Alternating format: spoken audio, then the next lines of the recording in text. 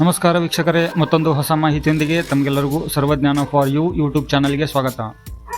ಇದುವರೆಗೆ ಯಾರಿಗೆಲ್ಲ ಗೃಹಲಕ್ಷ್ಮಿ ಯೋಜನೆಯ 6 ಮತ್ತು 7ನೇ ಕಂತಿನ ಹಣ ಬಂದಿಲ್ವೋ, ಬರದೇ ಇರೋಕ್ಕೆ ಕಾರಣ ಏನು, ಯಾಕೆ ಇನ್ನೂ ಬಂದಿಲ್ಲ, ಏನಾದರೂ ಸಮಸ್ಯೆ ಆಗಿದೆಯಾ, ಅಥವಾ ಗೌರ್ಮೆಂಟಿಂದಾನೇ ಹಣ ರಿಲೀಸ್ ಮಾಡಿದಾರೋ, ಅಥವಾ ಯಾವಾಗ ಜಮಾ ಆಗುತ್ತೆ, ಈ ಎಲ್ಲ ನಿಮ್ಮ ಪ್ರಶ್ನೆಗಳಿಗೆ ಈ ವಿಡಿಯೋದಲ್ಲಿ ಸಂಪೂರ್ಣವಾದಂಥ ಮಾಹಿತಿಯನ್ನು ನಾನು ನಿಮಗೆ ತಿಳಿಸ್ಕೊಡ್ತೇನೆ. ವಿಡಿಯೋನ ಶುರು ಮಾಡೋಕ್ಕೂ ಮುನ್ನ ಚಾನಲ್ಗೆ ನೀವು ಹೊಸಬರಾಗಿದ್ದರೆ ಚಾನಲ್ಗೆ ಸಬ್ಸ್ಕ್ರೈಬ್ ಮಾಡ್ಕೊಳ್ಳಿ, ವಿಡಿಯೋಗೆ ಒಂದು ಲೈಕ್ ಕೊಡಿ. ನಿಮ್ಮ ಸಪೋರ್ಟು ನಮಗೆ ಅತ್ಯಮೂಲ್ಯ. ನೀವು ಸಪೋರ್ಟ್ ಮಾಡಿದರೆ ತಾನೇ ನಾವು ಬೆಳೆಯೋದು. ಹಾಗಾಗಿ ನೀವು ಕೊನೆವರೆಗೂ ನಮಗೆ ಸಪೋರ್ಟ್ ಮಾಡ್ತಾಯಿರಿ. ಹಾಗೆ ವಿಡಿಯೋನ ಸ್ಕಿಪ್ ಮಾಡದೆ ಪೂರ್ತಿಯಾಗಿ ನೋಡಿದರೆ ಮಾತ್ರ ನಿಮಗೆ ವಿಡಿಯೋದಲ್ಲಿ ಏನು ಮಾಹಿತಿ ಹೇಳ್ತಾ ಇದ್ದೀನಿ ಅಂತ ಅನ್ನೋದು ನಿಮಗೆ ತಿಳಿಯುತ್ತೆ. ನೋಡಿ ವೀಕ್ಷಕರೇ, ಇವಾಗ ಗೃಹಲಕ್ಷ್ಮಿ ಯೋಜನೆಯ 6ನೇ ಮತ್ತು 7ನೇ ಕಂತಿನ ಹಣ ರಿಲೀಸ್ ಆಗಿದೆ. ಅದು 10ನೇ ತಾರೀಕಿಗೆ ರಿಲೀಸ್ ಆಗಿತ್ತು. ಆದರೆ ಕೆಲವೊಬ್ಬರಿಗೆ 6ನೇ ಕಂತಿನ ಹಣ ಅವರಿಗೆ DBT ಮುಖಾಂತರ ಅವರ ಒಂದು ಖಾತೆಗೆ ಜಮಾ ಆಗಿದೆ.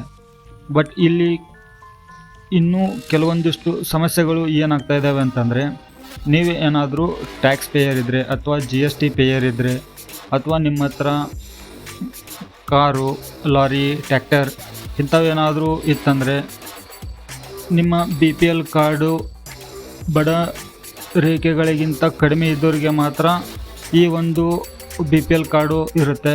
ನಂತರ ನೀವೇನಾದರೂ ಟ್ಯಾಕ್ಸ್ ಪೇಯರ್ ಇತ್ತಂದರೆ, ಅಥವಾ ನಿಮ್ಮ ಹತ್ರ ಗೌರ್ಮೆಂಟ್ ವರ್ಕ್ ಏನಾದರೂ ಮಾಡ್ತಾಯಿದ್ರೆ, ಇಂಥದ್ದೇನಾದರೂ ನೀವು ಮಾಡ್ತಾಯಿದ್ರೆ ಅದನ್ನು ವೆರಿಫೈ ಮಾಡ್ತಾಯಿದ್ದಾರೆ.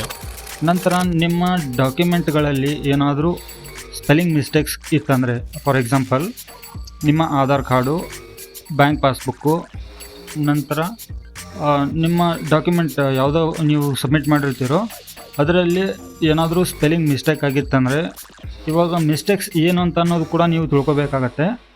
ಇವಾಗ ನಿಮ್ಮ ಆಧಾರ್ ಕಾರ್ಡ್ನಲ್ಲಿ ಲಕ್ಷ್ಮಿ ಅಂತ ಇರುತ್ತೆ. ಸೊ ಇದು ನಾನು ನಿಮಗೆ ಎಕ್ಸಾಂಪಲ್ ಆಗಿ ತಿಳಿಸ್ಕೊಡ್ತಾ ಇದ್ದೀನಿ. ಒಬ್ಬೊಬ್ಬರು LAXMI ಅಂತೇಳಿ ಪ್ರೊನೌನ್ಸ್ ಮಾಡ್ತಾರೆ, ಸ್ಪೆಲ್ ಮಾಡ್ತಾರೆ. ನಂತರ ಕೆಲವೊಬ್ಬರು LAKSHMI. ನೋಡಿ ಎಷ್ಟು ಸ್ಪೆಲ್ಲಿಂಗ್ಸು ಮಿಸ್ಟೇಕ್ಸ್ ಆಗುತ್ತೆ ಇಲ್ಲಿ. ನೀವು ಯಾವ ಸ್ಪೆಲ್ಲಿಂಗು ಕರೆಕ್ಟಾಗಿ ಇರುತ್ತೋ ಆಧಾರ್ ಕಾರ್ಡ್ದಲ್ಲಿ ಆಗಿರ್ಬೋದು, ಅಥವಾ ಬ್ಯಾಂಕ್ ಪಾಸ್ಬುಕ್ಕಲ್ಲಿ ಆಗಿರ್ಬೋದು, ಒಂದು ಡಾಕ್ಯುಮೆಂಟಲ್ಲಿ ಇದ್ದಂಗೆ ನಿಮ್ಮ ಇನ್ನೊಂದು ಡಾಕ್ಯುಮೆಂಟಲ್ಲಿ ಕೂಡ ಇರಬೇಕಾಗತ್ತೆ. ಸೊ ಈ ಥರ ಒಂದು ವೆರಿಫಿಕೇಷನ್ ನಡೀತಾ ಇದೆ. ಹಾಗಾಗಿ ಇದುವರೆಗೂ 6ನೇ ಕಂತಿನ ಹಣ ಕೆಲವೊಬ್ಬರಿಗೆ ಜಮಾ ಆಗಿಲ್ಲ. ಇನ್ನು ಕೆಲವೊಬ್ಬರು ಟ್ಯಾಕ್ಸ್ ಪೇಯರ್ ಇದ್ದು ಕೂಡ ಅವರು ಈ ಒಂದು ಯೋಜನೆಗೆ ಅರ್ಜಿಯನ್ನು ಹಾಕಿಬಿಟ್ಟು ಗೃಹಲಕ್ಷ್ಮಿ ಯೋಜನೆಯ ಫಲಾನುಭವಿಗಳಾಗಿಬಿಟ್ಟು ತಿಂಗಳು 2,000 ರೂಪಾಯಿ ಹಣವನ್ನು ಪಡಿತಾ ಇದ್ದಾರೆ. ಸೊ ಹಾಗಾಗಿ ಅವರದು ಕೂಡ ವೆರಿಫಿಕೇಷನ್ ನಡೀತಾ ಇದೆ. ಸೊ ಇಲ್ಲಿ ಯಾರು ಟ್ಯಾಕ್ಸ್ ಪೇಯರ್ ಇದ್ದಾರೋ ಅಥವಾ ಟ್ಯಾಕ್ಸ್ ಪೇಯರ್ ಯಾರು ಇಲ್ಲೋ, ಈ ಎರಡು ವೆರಿಫಿಕೇಷನನ್ನು ಮಾಡಿಬಿಟ್ಟು ಫಿಲ್ಟರ್ ಮಾಡಿಬಿಟ್ಟು ಯಾರು ಟ್ಯಾಕ್ಸ್ ಪೇಯರ್ ಇರ್ತಾರೋ ಅವರನ್ನು ಗೃಹಲಕ್ಷ್ಮಿ ಯೋಜನೆಯ ಫಲಾನುಭವಿಗಳನ್ನಾಗಿ ವಜಾ ಮಾಡ್ತಾರೆ, ಅಂದರೆ ಡಿಲೀಟ್ ಮಾಡ್ತಾರೆ ಅವರ ಒಂದು ಅಪ್ಲಿಕೇಶನನ್ನು. ಯಾರು ನಿಜವಾಗಲೂ ಟ್ಯಾಕ್ಸ್ ಪೇಯರ್ ಇರೋದಿಲ್ವೋ ಅಂಥವ್ರಿಗೆ ಮಾತ್ರ ಈ ಗೃಹಲಕ್ಷ್ಮಿ ಯೋಜನೆ ಹಣವನ್ನು ರಿಲೀಸ್ ಮಾಡ್ತಾರೆ. ಅದು ಇದೇ ತಿಂಗಳು 25ನೇ ತಾರೀಕಿನ ಒಳಗಡೆ 7ನೇ ಕಂತಿನ ಹಣವನ್ನು ರಿಲೀಸ್ ಮಾಡ್ತಾರೆ. ಆ ಹಣ ನಿಮಗೆ ಈ ತಿಂಗಳು ಕೊನೆ ಎಂಡಲ್ಲಿ ನಿಮಗೆ ನಿಮ್ಮ ಖಾತೆಗೆ ಹಣ ಬರುತ್ತೆ. ಸರಿನಾ ವೀಕ್ಷಕರೇ, ಈ ಮಾಹಿತಿಯು ನಿಮಗೆ ಉಪಯೋಗ ಆಗಿದೆ ಅಂತ ಅಂದ್ಕೊಂಡಿದ್ದೀನಿ.